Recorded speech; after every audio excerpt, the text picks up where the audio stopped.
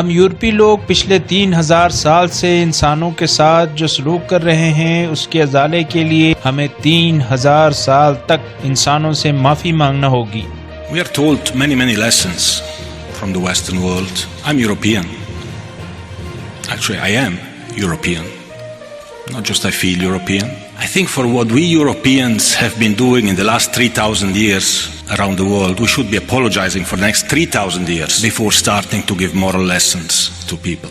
FIFA کے سربراہ نے یورپی دنیا کی انسانیت کی خیر خواہی کے دعوے کا بھانڈا پھوڑ ڈالا۔ جو خود بھی یورپی ہیں قطر کی حمایت میں پھٹ پڑے۔ انہوں نے قطر پر یورپی ملکوں میں انسانی حقوق کے بارے میں جاری مخالفانہ مہم کے بارے میں یورپی اقوام کو شدید تنقید کا نشانہ بناتے ہوئے کہا کہ ہم یورپی لوگ پچھلے 3000 سال سے انسانوں کے ساتھ جو سلوک کر رہے ہیں اس کے ازالے کے لیے ہمیں 3000 سال تک انسانوں سے معافی مانگنا ہوگی۔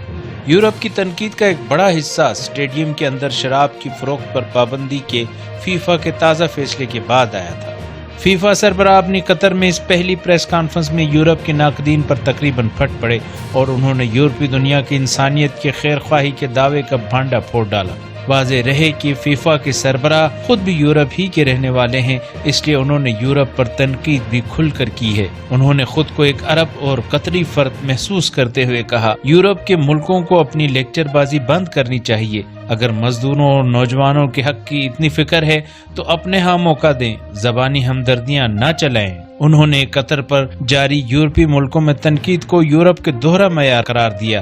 فیفا کے صدر کا یہ بھی اعتراض تھا کہ ہم یورپی ملک اپنی سرحدیں بند کر دیتے ہیں اور ان ملکوں کے لوگوں کو آنے نہیں دیتے جن میں آمدنی کی شرح بہت نیچے ہوتی ہے۔ انہوں نے زور دے کر کہا، اگر یورپ واقعی مزدوروں اور نوجوانوں سے کوئی ہمدردی رکھتا ہے تو اسے بھی قطر کی طرح ان لوگوں کے لیے کچھ عملی طور پر کرنا ہوگا۔ صرف زبانی کلامی لیکچرز کی ضرورت نہیں ہے۔